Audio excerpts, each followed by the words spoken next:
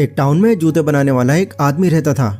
वो रोज बिल्कुल सुबह सुबह अपनी दुकान खोलता और देर रात तक जूते बनाकर बैठता। बट स्टिल उसकी हालत इतनी खराब थी कि उसको एक दिन का खर्चा चलाने के लिए भी पहले पूरा दिन काम करना पड़ता था। एक दिन उसी टाउन के एक अमीर व्यापारी को उसके व्यापार में बहुत बड़ा लॉस हुआ।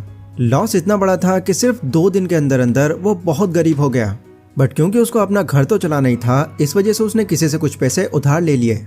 उन पैसों से उसने उसी जूते बनाने वाले के बराबर में अपनी भी एक जूते की दुकान खोल ली। वो व्यापारी भी जूते बनाने वाले आदमी की तरह अपने टाइम पर ही दुकान खोलता, लेकिन देर रात तक काम करने की जगह वो शाम तक अपनी दुकान बंद कर देता था। अब क्योंकि वो एक बड़ा व्यापारी था, इसीलिए उसको अपना व्यापार आगे कैसे बढ़ाना है इसकी कई टेक्निक्स पता थी, जिन्हें अप्लाई करने के बाद देखते ही देखते उस अमीर व्यापारी की दुकान पर कस्टमर्स की लाइन लगने लग गई। जब उसका काम थोड़ा बढ़ गया तो उसने अपने साथ एक और आदमी को रख लिया। अब वो व्यापारी सेल्स का काम देखता और दूसरा आदमी जूते बनाता, और ऐसे ही धीरे धीरे करके उस व्यापारी ने अपने पास कई लोगों को काम पर रख लिया। अब वो सिर्फ कैश काउंटर पर बैठता और बाकी का काम अब उसके लोग संभालने लगे।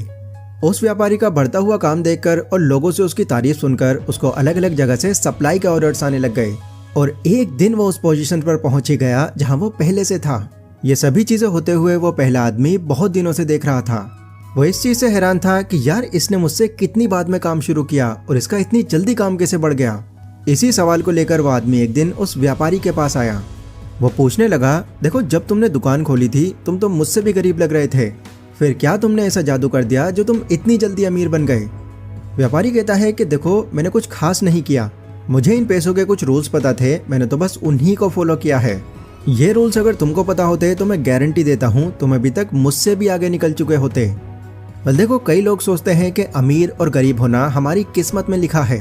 अगर ऊपर वाले ने हमारी किस्मत में अमीरी लिखी है तो हम अमीर हो जाएंगे, और अगर गरीबी लिखी है तो हम भले ही कितनी भी मेहनत कर लें हम गरीब ही रहेंगे।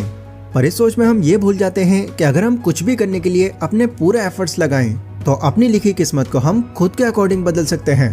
बस हमको चीजें कैसे काम करती हैं उसके रूल्स पता होने चाहिए, फिर चाहे वो लाइफ से जुड़े हों या फिर पैसों से जुड़े हों। सो अगर आपको जानना है कि जल्दी कामयाबी पाने के लिए पैसों के रूल्स कौन से हैं तो यस ये वीडियो आप ही के लिए है, इसे बहुत ध्यान से देखना। So let's begin. Number 1, you must fight for a better money mindset. व्यापारी उसको समझाते हुए ये कहता है कि देखो यहाँ पर तुमने एक चीज पर गौर किया, इस टाउन में ज्यादातर लोग गरीब हैं, पर क्या कभी तुमने सोचा है कि यहाँ पर इतने सारे लोग गरीब ही क्यों हैं? सबसे बड़ी वजह इसके पीछे है उनकी सोच। ये लोग सोचते हैं कि पैसे की कभी भी कोई एक लिमिट नहीं होती, जितना आप कमाओगे सब खर्च ही हो जाएगा, तो क्यों इतनी सारी मेहनत करना। ये पुरानी फिल्में देख देख कर इस तरह से ब्रेन वॉश्ड हो गए हैं कि इनको ये लगता है कि जिसके पास जितना ज्यादा पैसा होता है वही असली विलन होता है। मतलब इनडायरेक्टली ये ज्यादा पैसों को हर मुसीबत की जड़ मानते हैं।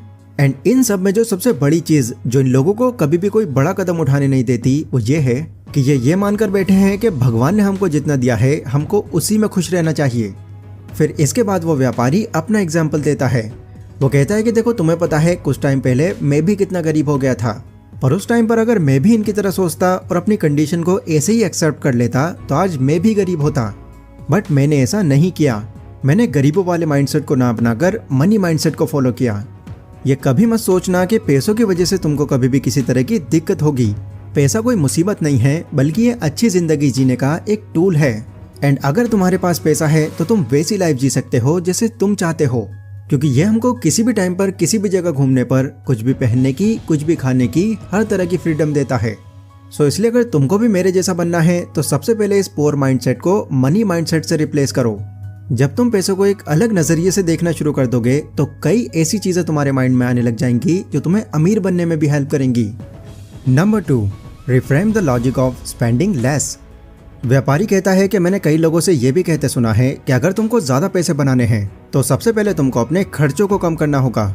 हाँ, ये सुनने में बड़ी सुकून भरी बात लग रही है, बट मैं इसको नहीं मानता, क्योंकि इस वजह से जब भी लोगों को यह महसूस होता है कि उनके पास इनफ मनी नहीं है या फिर उनको ज्यादा पैसों की जरूरत है तो वो अपने खर्चों को एकदम से कम करना शुरू कर देते हैं और ये सोचते हैं कि ऐसा करके हम ज्यादा पैसे जरूर बना पाएंगे। बट मेरी नजरों में ये करना बिल्कुल वैसा ही है जैसे कैक्टस में फूल उगाना, क्योंकि अपने खर्चों को कम करके तुम अपने पैसे बचा तो सकते हो लेकिन उसे बढ़ा नहीं सकते। और भले ही तुम अपने खर्चों को कितना ही कम क्यों ना कर लो, कमाई तो तुम्हारी उतनी ही रहेगी।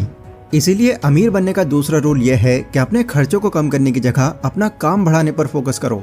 तुम्हारे पास जब एक से ज्यादा कमाने के तरीके होंगे तो अपना खर्च करने की तुमको जरूरत भी नहीं पड़ेगी।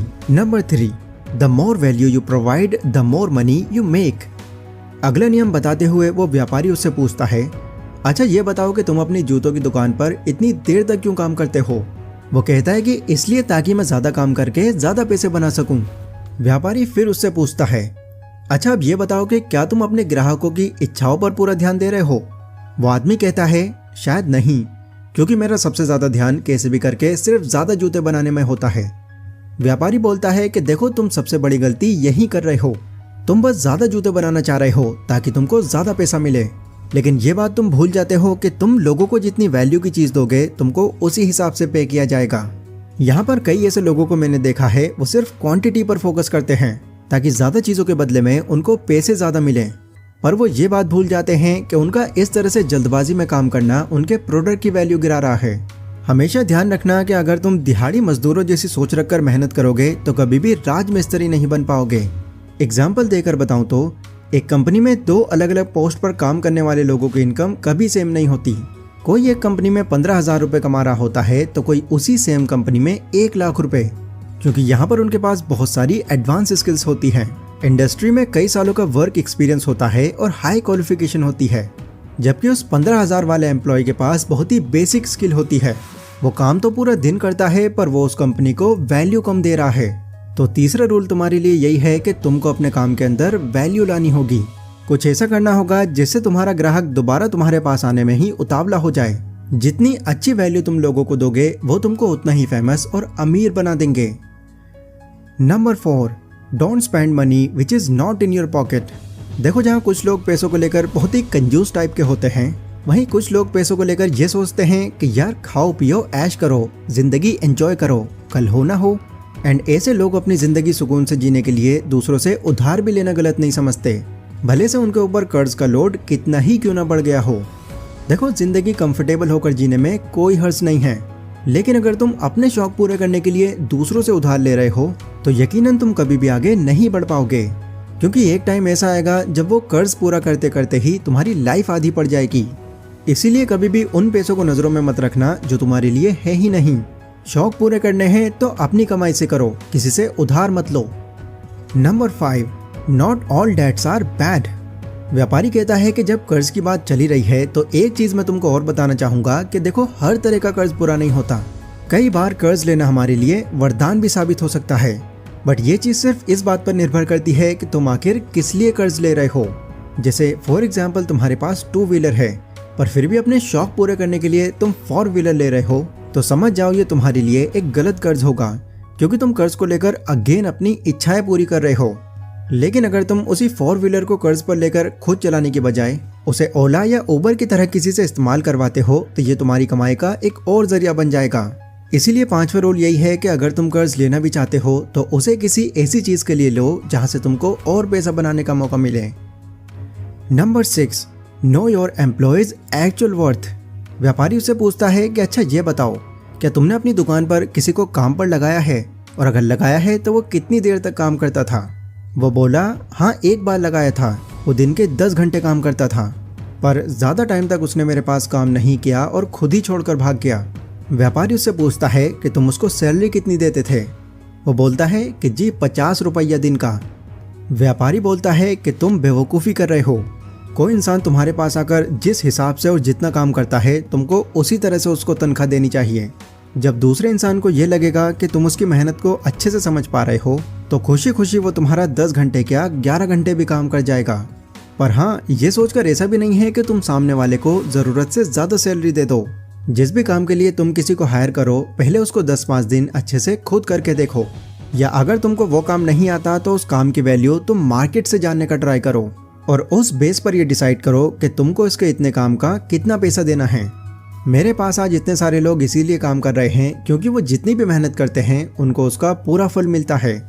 ये सभी रूल्स जानने के बाद वो आदमी बहुत खुश हो जाता है और उनको अपनी लाइफ में भी फॉलो करने लगता है। तो दोस्तों, मैं उम्मीद करता हूँ कि ये सभी मनी रूल्स आपको भी समझ आ गए हैं। आप भी अगर इनको अपनी लाइफ में इम्प्लीमेंट करते हैं तो पॉसिबली आप अपनी लाइफ में जल्दी कामयाब बन पाएंगे। जल्दी से इन सभी पॉइंट्स को समराइज कर देता हूँ ताकि ये अच्छे से आपके माइंड में बैठ जाएं। सबसे पहला रूल ये कहता है कि अगर तुमको अमीर बनना है तो सोच गरीबों वाली मत रखो। लिखी हुई किस्मत की गलतफहमी से बाहर आओ और किस्मत को खुद से लिखना स्टार्ट करो। दूसरा रूल कहता है कि अपने खर्चों को कम करना अमीर बनने का रास्ता नहीं है। आप अपनी इनकम बढ़ाने पर फोकस करो, खर्चे कम करने की आपको जरूरत भी नहीं पड़ेगी। तीसरा रूल ये कहता है कि तुम जितनी लोगों को वैल्यू दोगे तुमको उतना ही पे किया जाएगा, इसलिए क्वांटिटी पर नहीं क्वालिटी पर फोकस करो। चौथा रूल है कि अपने शौक पूरे करने के लिए कभी भी दूसरों से उधारी मत बढ़ाओ, वरना एक टाइम पर आकर ये कर्ज इतना ज्यादा हो जाएगा कि आप जिंदगी भर चुकाते रह जाओगे। पांचवा रूल कहता है कि अगर तुम किसी से कर्ज ले ही रहे हो तो उसे किसी ऐसे काम के लिए लो जिससे तुमको और तुम्हारी इनकम को फायदा हो। और आखिरी नंबर 6, सालों साल अगर किसी वर्कर को बनाए रखना है तो वो जितनी मेहनत करना है उसको उस हिसाब से पैसा दो, ना ये बहुत कम होना चाहिए और ना ही बहुत ही ज्यादा। तो फिलहाल आज की इस वीडियो में बस इतना ही। अगर ये वीडियो आपको पसंद आई हो तो इसको लाइक जरूर करें। बाकी नेक्स्ट वीडियो आप कौन से टॉपिक पर चाहते हैं या आप लोग मुझे कमेंट करके बता सकते हैं। सो मैं मिलता हूँ अपनी अगली वीडियो में, तब तक के लिए stay safe, stay healthy, take care.